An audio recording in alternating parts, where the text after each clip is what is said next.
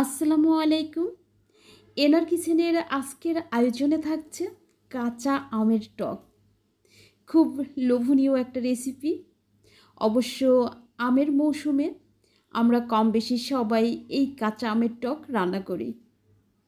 আমার মনে হয় এটা কিন্তু এলাকা ভিত্তিক অর্থাৎ অঞ্চল ভিত্তিক একটা রেসিপি। কারণ অনেক অঞ্চলে এটা রান্না করে খাওয়া হয় না। অবশ্য অনেকেই জানেন না যে কাঁচা আমের টক এভাবে রান্না করতে হয়। কিন্তু আমি ছোটোকাল থেকেই কাঁচা আমের টকটা খেয়ে এসেছি। আমার মা রান্না করে দিতেন এবং এটা খেতে অনেক টেস্টি হয়। তো এই যে দেখতে পাচ্ছেন আমি এখানে কাঁচা আম নিয়েছি টক রান্না করার জন্য। এখান থেকে আমি ৩টা আম নিব। ৩টা নিব কি ২টা নিব সেটা ঠিক না। আমি ৩টা নিয়েছি। তো এই আমগুলো এখন কেটে নিব। কেটে ভালো করে ধুয়ে আমের যে একটা কষ থাকে ওটা কিন্তু পানিতে ভিজিয়ে রেখে দিলে চলে যায়। তো এই যে দেখতে পাচ্ছেন আমি পানিতে ভিজিয়ে রেখেছি। আমগুলো এভাবে কেটে পানিতে ভিজিয়ে রেখে দিতে হবে। এবার আমি চুলায় একটা কড়াই দিয়ে দিয়েছি আর পানি দিয়ে দিয়েছি। পানি গরম হয়ে গিয়েছে। এবার আমগুলো দিয়ে দিচ্ছি। আম দেওয়ার পরে আমি যেটা করব সেটা হচ্ছে আম কিছুটা সেদ্ধ হয়ে গেলে দিয়ে দিচ্ছি হলুদ। অবশ্য অনেকেই হলুদ দেন না, কিন্তু হলুদ না দিলে যে এই আমের টকটা খেতে ভালো হবে না সেটা না, কালারটা একটু ভালো আসবে, যে কারণে আমি হলুদ দিয়ে দিয়েছি। এবার দিয়ে দিচ্ছি পরিমাণ মতো লবণ। লবণটা অবশ্যই দিতে হবে। তো যাই হোক আমি লবণ আর হলুদ দেওয়ার পরে আমগুলো একটু সেদ্ধ করে নেব। তো এই যে দেখতে পাচ্ছেন আমি আম সেদ্ধ করে নিচ্ছি। ঢাকনিটা তুলে নিয়েছি। কতটা সেদ্ধ হয়েছে এবার আমি দেখে নিব। কারণ আম যখন 50% সেদ্ধ হয়ে যাবে তখন মিষ্টি দিতে হবে। এখন আমি দিয়ে দিচ্ছি খেজুরের গুড়, আখের গুড়।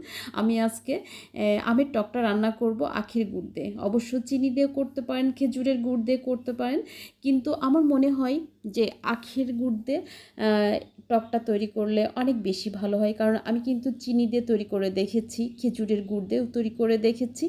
তবে আখের গুড় দিয়ে তৈরি করলে কাঁচা আমের টকটা খুব বেশি টেস্টি হয়। তো এখানে দেখতে পাচ্ছেন আমটা সেদ্ধ হয়ে গিয়েছে। এবার আমি মিষ্টিটা চেক করে নিচ্ছি। আর মিষ্টিটা এমনভাবে দিতে হবে যে আমের টকটা থাকবে আর মিষ্টিও হবে। মিষ্টি কম হয়েছিল, এবার আমি একটু চিনি দিয়ে দিয়েছি। তো যাই হোক আম সেদ্ধ হয়ে গিয়েছে। এবার আমি ফোড়ন দিব। ফোড়নের জন্য আমি একই কড়াই ধুয়ে তেল দিয়ে দিচ্ছি। আর তেলের পরিমাণটা কিন্তু অবশ্যই কম দিতে হবে, কারণ বেশি তেল দিলে কি হয়, ভেসে থাকলে সেই টকটা খেতে ভালো লাগে না। তো দেখতে পাচ্ছেন আমি রসুন দিয়ে দিয়েছি থেতো করে, আর রসুন কিন্তু অবশ্যই থেতো করে দিতে হবে। এবার দিয়ে দিচ্ছি 2টা শুকনো মরিচ। 2টা শুকনো মরিচ দিচ্ছি কেন, মরিচ না দিলেও কিছু হবে না, কিন্তু মরিচ দিলে মরিচের যে একটা গন্ধ সেটা পাওয়া যাবে আর এর স্বাদটা অনেক বেশি ভালো আসবে। আর দেখতে পাচ্ছেন আমি কিন্তু সরিষা দিয়েছি, সরিষা অবশ্যই দিতে হবে। এইগুলো গোল্ডেন কালার হয়ে গেলে আমের টকটা দিয়ে দিব।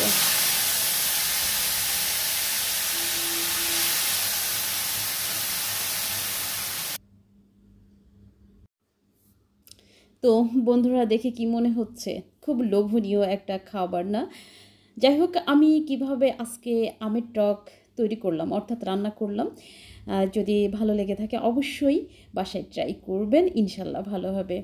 আর হ্যাঁ বন্ধুরা, যদি আমার আজকের আমের এই টক রেসিপি আপনাদের ভালো লেগে থাকে অবশ্যই আমার পুরো রেসিপিটা দেখবেন, আর দেখার সময় লাইক এবং কমেন্ট করতে ভুলবেন না। যাই হোক আবারও আপনাদের সাথে দেখা হচ্ছে অর্থাৎ কথা হচ্ছে নেক্সট কোনো রেসিপি নিয়ে। সে পর্যন্ত সবাই অনেক বেশি ভালো থাকবেন। আজকের মতো আমি বিদায় নিচ্ছি। নিম্নি, খোদা হাফেজ।